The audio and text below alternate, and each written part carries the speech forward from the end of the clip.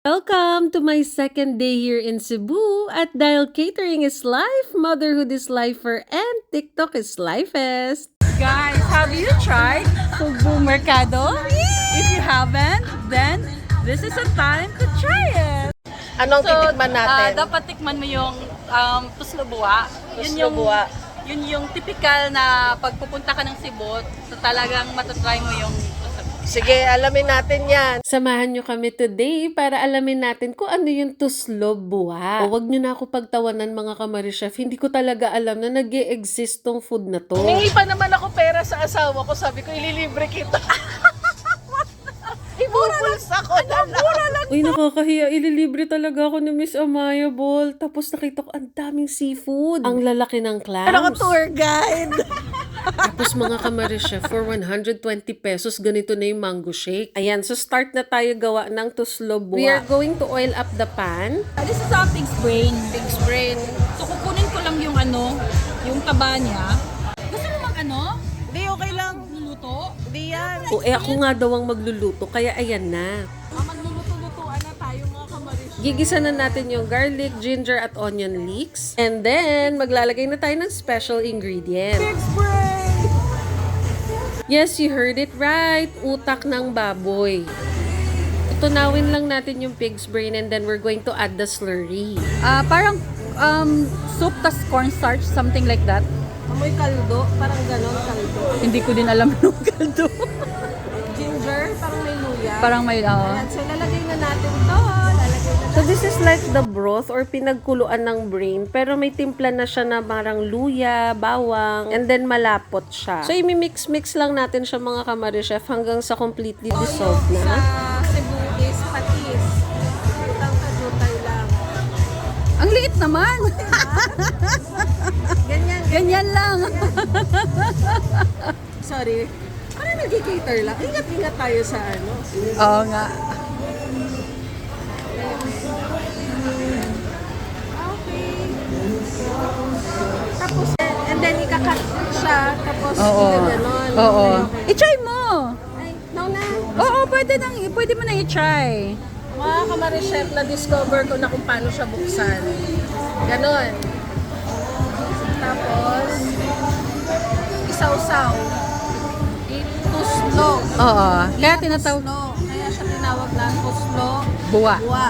Kasi, tinan mo, nagbubula-bula. So narinig nyo ha, tuslo is to dip and then buwa because it is boiling or bumubula-bula siya. Ay, sarap. Mm-mm. Uy, oo, masarap sa palaba. You have to be careful lang pagka-dip ninyo kasi it's really hot pero ako kasi kaya ko. Binibili ng mga tao is yung mga puso lang. Tapos, free na yung ganito. Kasi gano'n na lang nila. Tapos magkano siya? 150? 150, unlimited na siya. Unlimited? Kain tayo! Ito siya, mga kamarichef. Ito, yan. So, nakalimutan ko din na mangoes are known na masarap pag galing sa Cebu.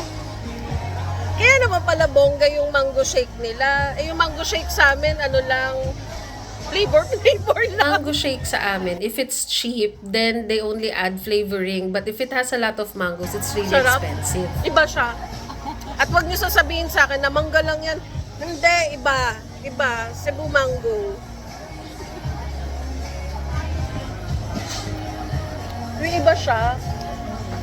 Ang mangga sa amin sa Cavite is too sweet and taste like may pa-beer siya sa dulo na lasa. Ang generous, diba?